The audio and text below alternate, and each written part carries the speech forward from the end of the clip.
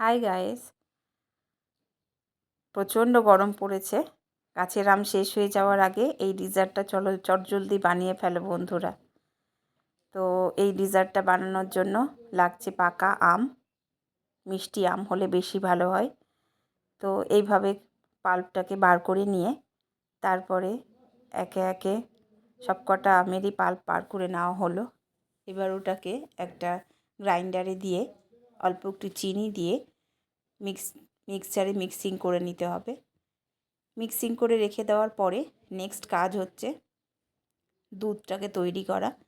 এর জন্য রুম টেম্পারেচারে 2 কাপ দুধ নিয়েছি, তার সঙ্গে 2 চামচ কনডেন্স মিল্ক, আর ভালো করে এটাকে উইদাউট ওভেনে নাড়াচাড়া করে তারপরে হিটে দিয়ে ভালো করে আবারও নাড়াচাড়া করে এর মধ্যে দিয়ে দেওয়া হয়েছে চিনি, এলাচ, আর আমার কাছে নারকেল কোড়া ছিল, নারকেল কোড়া।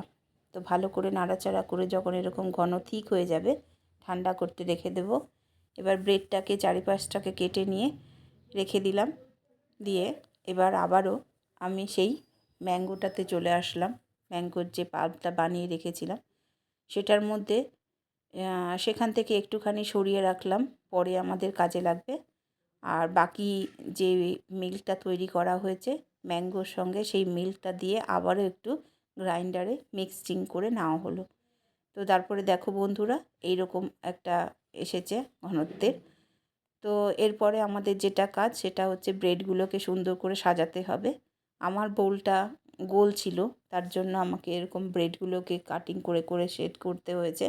তোমরা যদি পারো এটাকে স্কোয়ার শেপের বোল নেবে, তাহলে সুন্দর হবে দেখতে, মানে কাটিং করার সময় মানে খাওয়ার সময় সুবিধে হবে কেটে কেটে খেতে।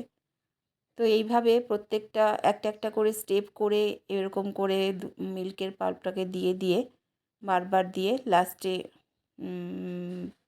ড্রাই ফ্রুটসের ডাস্ট করে নিয়ে সেটাকে ওপর দিয়ে ছড়িয়ে দিয়ে আবারও পাল্প দেবে, আবারও ব্রেড দেবে, এরকম করে যতটা লেয়ার পারবে তোমরা ততটা লেয়ার দেবে, দিয়ে এটাকে সরিয়ে রেখে দেবে। নেক্সট কাজ হচ্ছে আমাদের যে ওপরে ক্রিমি টেক্সচারটা দেওয়া হয়েছে সেটার জন্য ফ্রেশ মিল্ক নিলাম একটা বাটিতে, তার সঙ্গে দিলাম কনডেন্স মিল্ক, দিয়ে এটাকেও ভালো করে ফেটিয়ে নিলাম।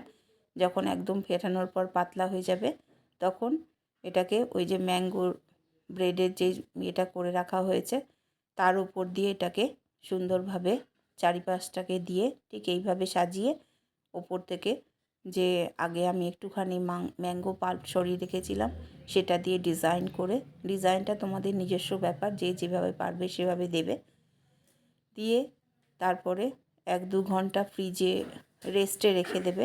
তারপরে তোমাদের সময় অনুযায়ী তোমরা বের করবে, খাবে। তো বন্ধুরা এইভাবেই আমার ম্যাঙ্গো ডেজার্টটা আমি তৈরি করলাম। ফিগারটা কেমন দেবে সেটা একান্তই তোমাদের ব্যাপার, যে যেরকম কন্টেন্ট তৈরি করতে পারবে সেরকমই ভালো।